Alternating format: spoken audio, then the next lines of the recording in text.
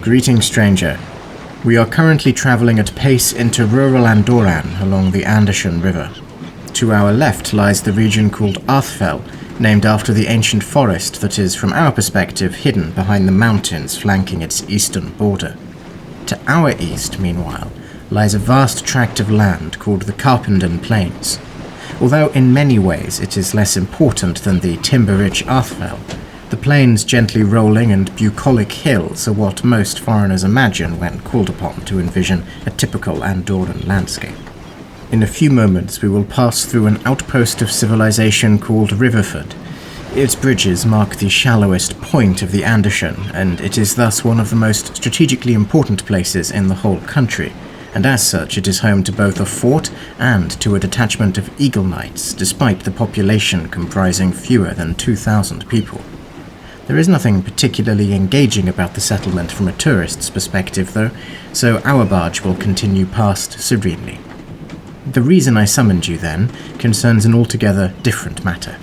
Seeing the outlying farm buildings reminded me of the frontier difficulties faced by Andorran farmers. So tell me, have you ever heard of werewolves? Indeed, that does not surprise me. Lycanthropes, as they are called in formal texts, are the most recognizable kind of therianthrope, or were-creature, as you might say. Countless rumors circulate about these people and their communities. I would even venture to say that some of these rumors can be more affecting than the curse itself.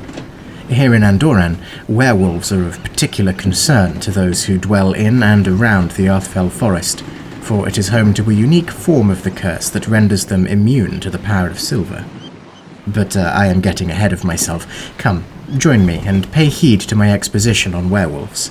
Their nature in many ways reflects the struggles of this land, and I think it therefore serves as an excellent introduction to the uncanny relationship between the good folk of Andorran and the ones who were left behind in its deep places.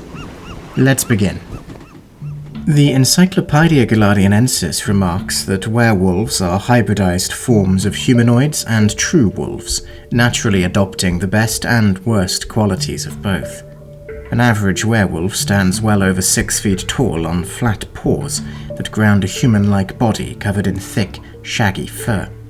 Its 2 upper limbs are best described as arms, though they are disproportionately long, allowing the werewolf to bound forward on all fours with surprising speed, and terminate in wickedly sharp claws. The head of such a creature is distinctly lupine, though, with the eyes, ears, nose, and, most importantly, fangs of a large wolf. Only the smallest differences betray this head as a hybrid's. The snout is too short, and the tongue too thick. But that matters little to the werewolf. This hybrid form is often considered the natural manifestation of the curse that creates it, and as such, scholars may refer to this as the werewolf proper. However, all lycanthropes are shapeshifters, and they can also adopt the form of a complete wolf, physically indistinguishable from the natural animals, as well as the form of an unaffected humanoid resembling whoever the cursed one used to be. Nevertheless, behind both of these polymorphs hides the true werewolf, waiting ever for the light of the full moon to take control. Indeed, at the climax of every lunar cycle, the lycanthrope feels a nigh irresistible urge to become their true self. Although it is technically possible to refuse the full moon's call, very few have the fortitude to do so. The overwhelming majority of lycanthropes soon find themselves werewolves once more, and once this condition is satisfied, the true extent of the curse is realized. You see, being a lycanthrope, or any therianthrope, does not compel you to behave differently or to adopt a new personality. Rather, the light of the full moon compels were-creatures to enter a state of mania, which manifests differently for every breed. This is called moon frenzy, and there is no known way to resist it. Some call it a curse within a curse, and it has doubtless contributed to the baffling complexity of this magical affliction that echoes down the millennia.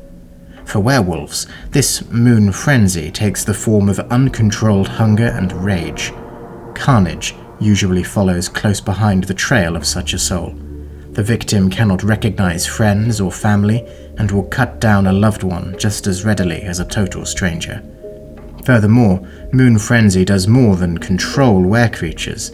it also enhances them, physically augmenting the potential of their violent rampages. In all other circumstances, your average werewolf is actually no larger than a particularly tall human, though they will be far stronger. Under Moon Frenzy, however, they can grow to the size of horses. Come the morning, the werewolf reverts, exhausted and often purged of all the memories of the previous night. This brings us to the two kinds of werewolf.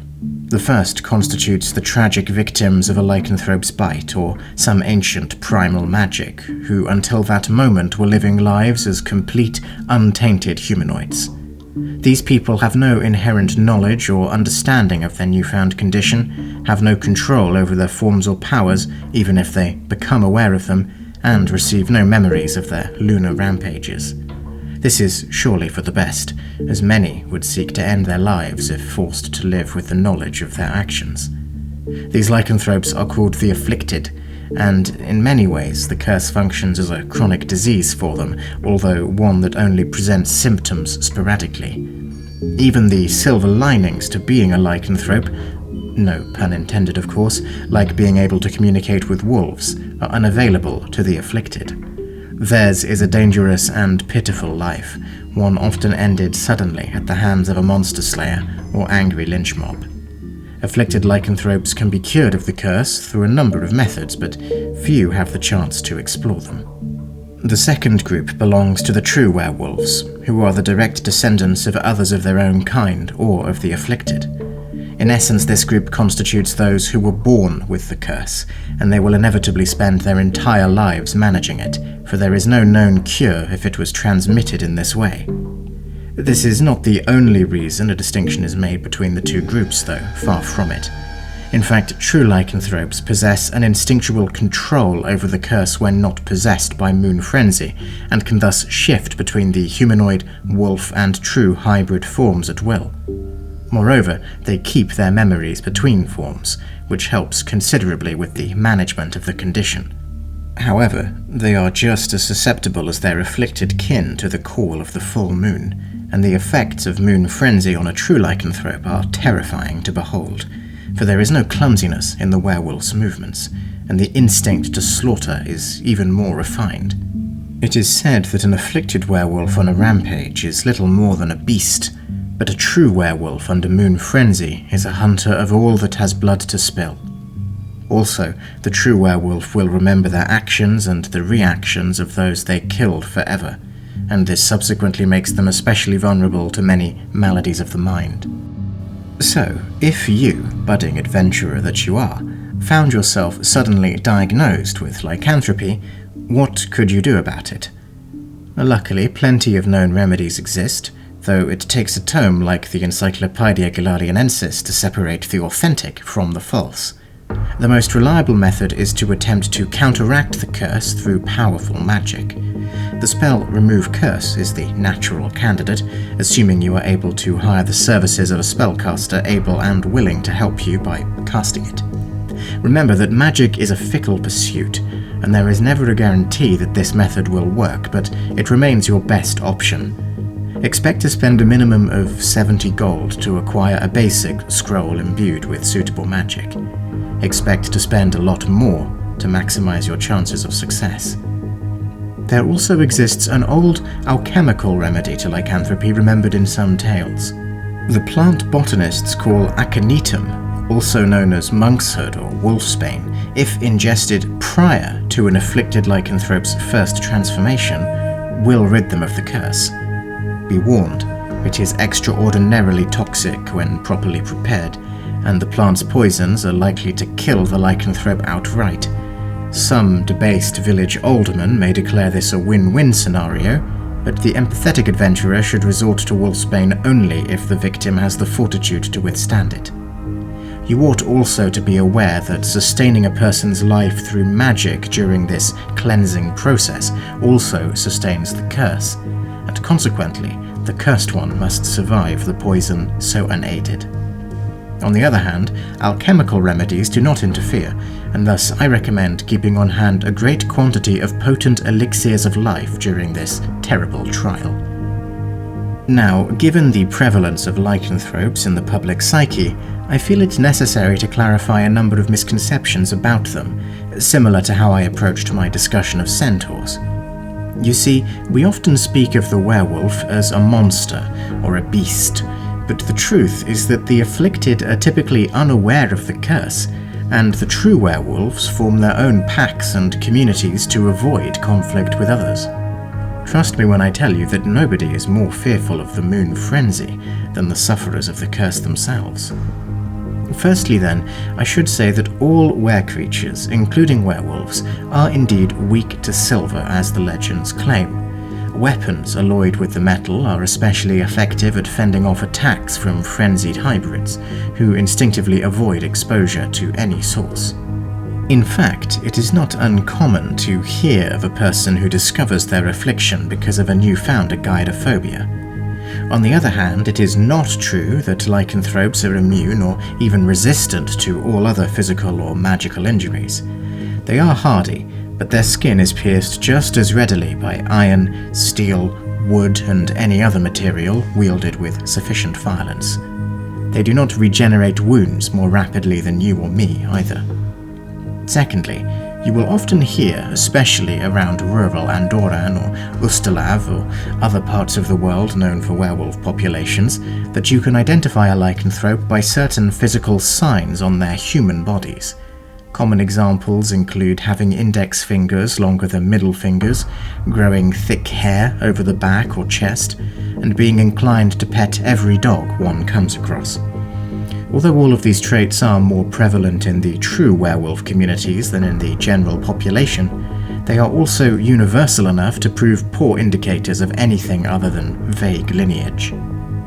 Thirdly, you may hear that lycanthrope's descendants will inevitably become beastkin, a heritage rarely seen on Golarion that describes a person who has ancestral ties to a certain animal. Once more, this is a half-truth at best.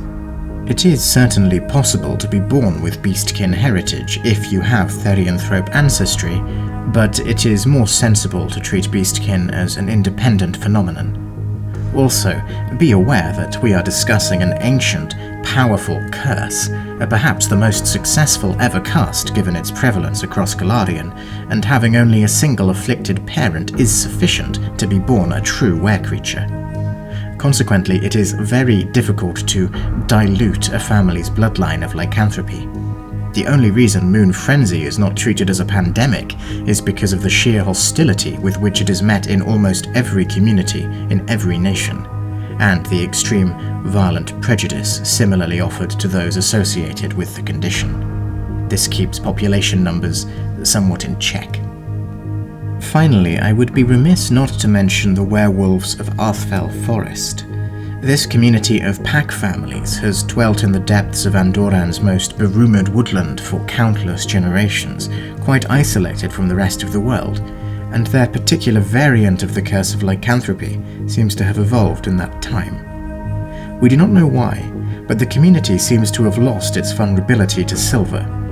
This became evident 16 years ago in 4707, when many of them joined forces with marauding hobgoblins and besieged the town of Ulfton in what became known as the Night of Silver Blood.